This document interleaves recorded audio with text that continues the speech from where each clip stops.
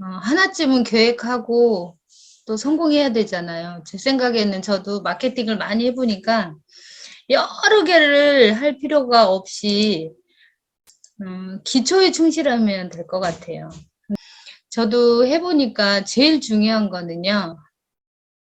키워드예요, 키워드. 그 선생님들은 전부 자기를 블렌딩 해야 되는 사람들이고 또 1인 샵을 하는 사람들이기 때문에 사실은 돈 주고 맡겨버리면 되게 편해요.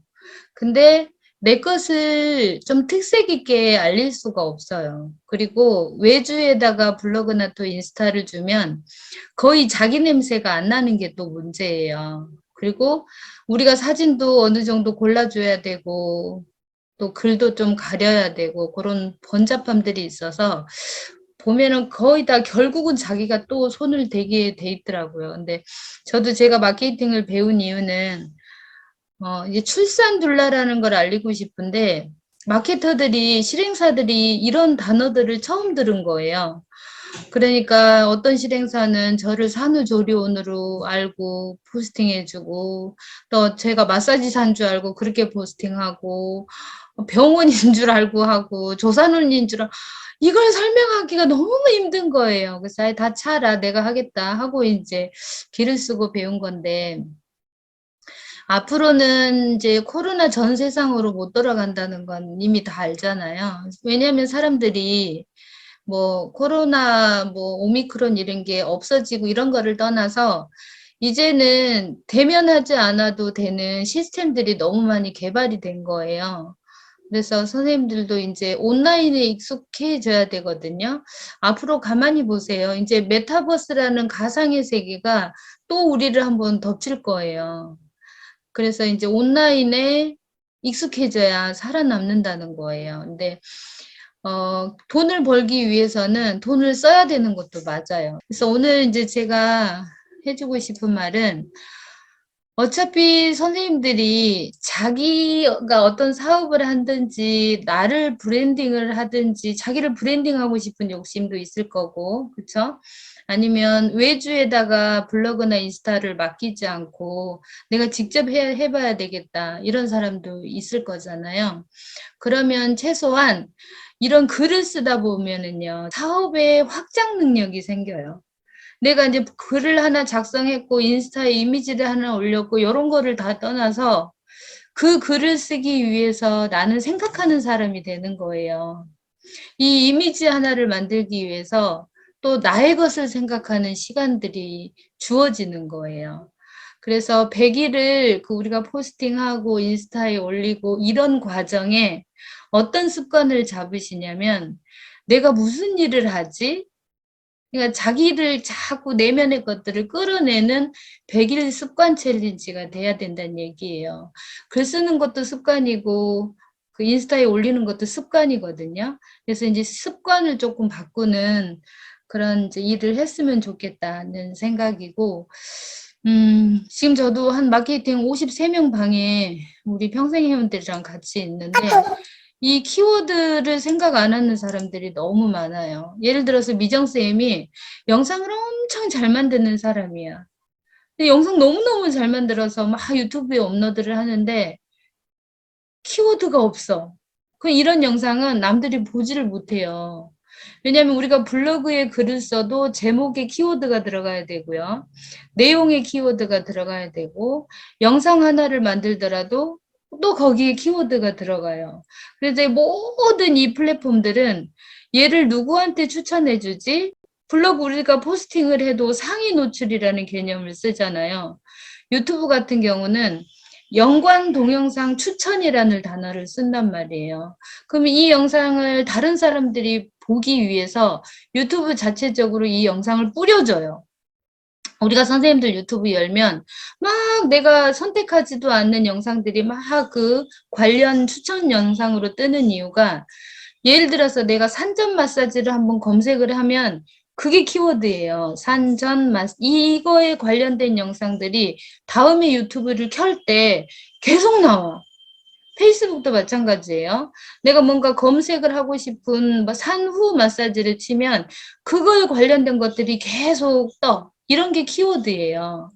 근데 자기가 어떤 키워드를 써야 될지가 먼저 잡히지 않으면 아무리 글을 잘 써도 아무리 영상을 잘 만들어도 내가 원하는 타겟이 이 영상과 글을 볼 수가 없어요. 예를 들어서 저는 임산부들이 내 글을 보면 좋겠고 산전산후 테라피스트들이 내 글을 보면 좋겠는데 예를 들어서 무슨 부동산 하는 사람들이 자꾸 나한테 친구를 걸어.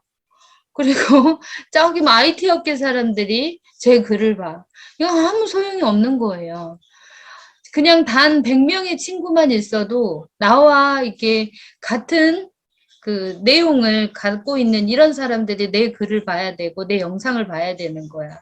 쓸데없는 사람들을 1000명 친구를 갖고 있느니 10명의 진짜 친구가 훨씬 낫다는 거예요.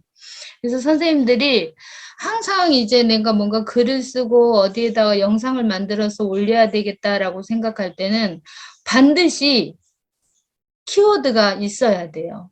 근데 이거 어렵다고 포기하시면 아무것도 할 수가 없는 게, 자, 제일 먼저 해야 되는 거는 우리가 컨셉을 잡는 일이거든요. 컨셉.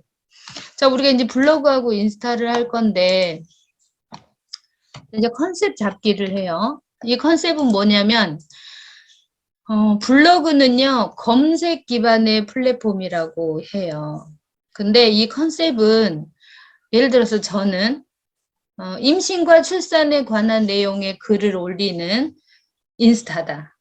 혹은 블로그다. 이런 성격을 갖고 있고, 우리 나경진 선생님 같은 경우는 나는 그것도 요가나 뭐 이렇게 필라테스, 운동하는 사람들에 관련된 글이나 이미지를 올릴 거다. 이제 이런 컨셉을 잡는 거죠.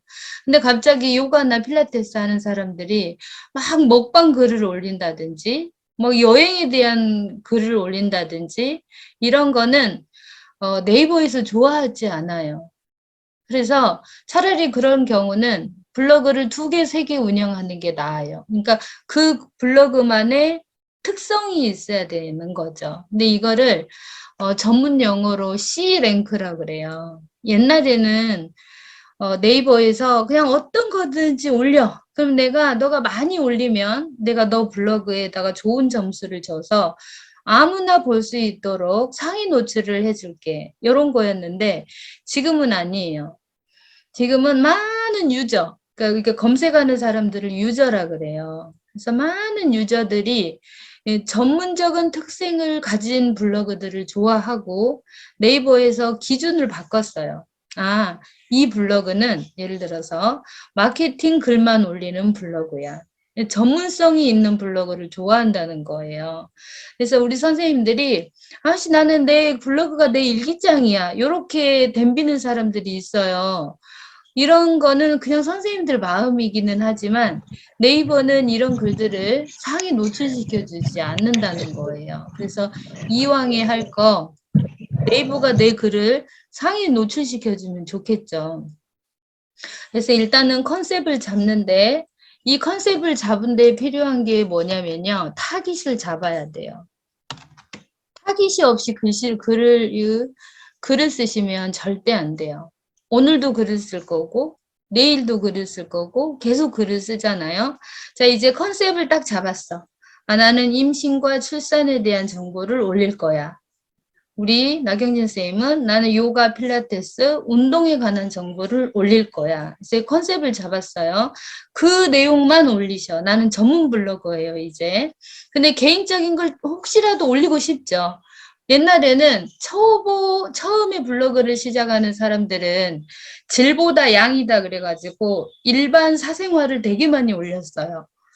그런데 이제 사생활을 올리지 말라는 게 아니에요. 사생활을 올릴 때에도 나와야 이 컨셉하고 좀 연관성을 지어서 올리는 거예요.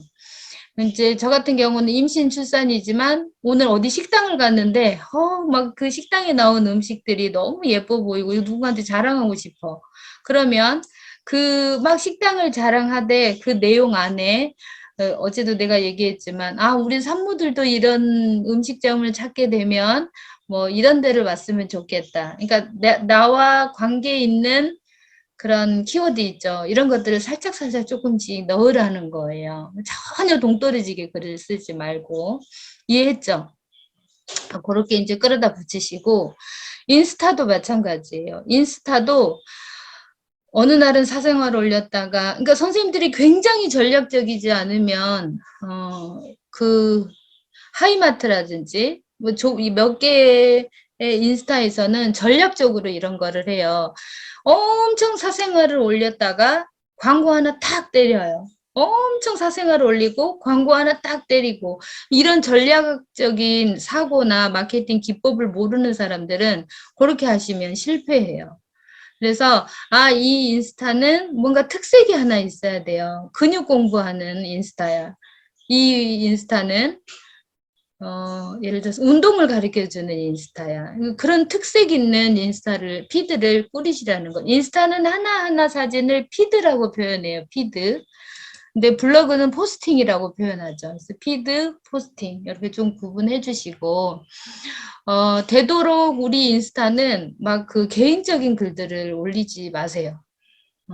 근데 가끔 이게 그러니까 이게 인스타는 줄이 세 개잖아요. 그러면 한 줄은 그래 내가 식물을 너무 좋아하는 사람이면 식물 사진 쭉 적되 거기에도 나와 특색 있는 태그 키워드를 넣으시고 뭐 중간과 그 다음 줄은 뭐 운동하는 사람이면 운동 사진이나 영상 넣으시고 이렇게 좀 연관지어서 영상과 내용을 쓰라는 얘기고.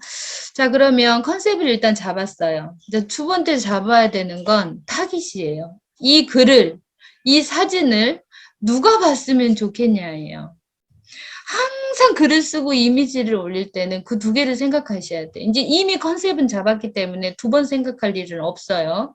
자, 두 번째는 진짜 내가 이 글을 쓸 때 누가 봤으면 좋을까?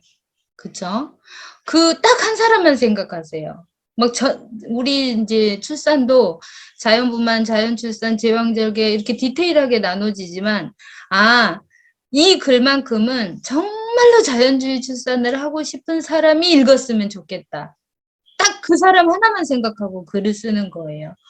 대한민국에 있는 사람 다 생각하고 쓰시면 안 돼. 내가 너한테 정말 사랑의 편지를 쓰듯이 글을 하나 쫙 작성을 하는 거예요. 그래서 그 하나의 포스팅을 완성할 때 너무 폭넓게 생각을 하고 있기 때문에 선생님들이 글 쓰는 게 쉽지가 않은 거예요. 근데 우리가 100명의 사람한테 강의를 준비하는 거하고 한 사람을 향해서 강의 준비하는 건 정말 내용이 너무 다르거든요. 그래서 이 글은 어떤 사람이 봤으면 좋겠다. 그 폭을 줄이셔요. 그래야지 글 쓰는 게 되게 편해지거든요. 그리고 또 하나는 아직 선생님들 이제 어느 정도 블로그 지수가 좋은 사람들은 지금 탁 쓰면 바로 상위 노출이 되겠지만 그 이외에 이제 블로그를 시작하거나 오늘 블로그를 오픈했거나 이런 사람들은요. 글 아무도 안 보니까 제발 신경 쓰지 말고 쓰세요. 아무도 안 봐, 선생님들 글을. 신경 쓰지 말고 써. 그리고 오늘 아까 새로 블로그 오픈하잖아요. 그러면 3일 이내에는 네이버가 그 게시를 안 해줘요. 아무리 찾아도 인터넷에서 안 보여요. 노출을 안 시켜줘요. 72시간 이후에 노출을 시켜주니까 자, 내 블로그가 좋은 점수를 갖고 있는지 안 갖고 있는지를 체크해 보시려면 첫 번째, 자기가 쓴 제목을 전부 다 복사해서 그대로 네이버 검색창에 붙여보는 거예요. 그러면 노출이 되면 이 블로그는 사용해도 되는 블로그예요. 근데 똑같이 그 제목을 써서 붙였는데도 내 글이 안 보인다 네이버에서. 이거는 완전 저품질이에요. 그 블로그 버려야 돼요. 그래서 여기 그 배혜경 선생님께 노출이 안 되더라고요. 그런 블로그는 절대 쓰시면 안 돼. 그리고 이제 새로 블로그 오늘 오픈한 사람들은 오늘 글을 쓰면 72시간 이후에 네이버에서 보고 이제 잘 쓰든 못 쓰든 무조건 노출을 해줘요.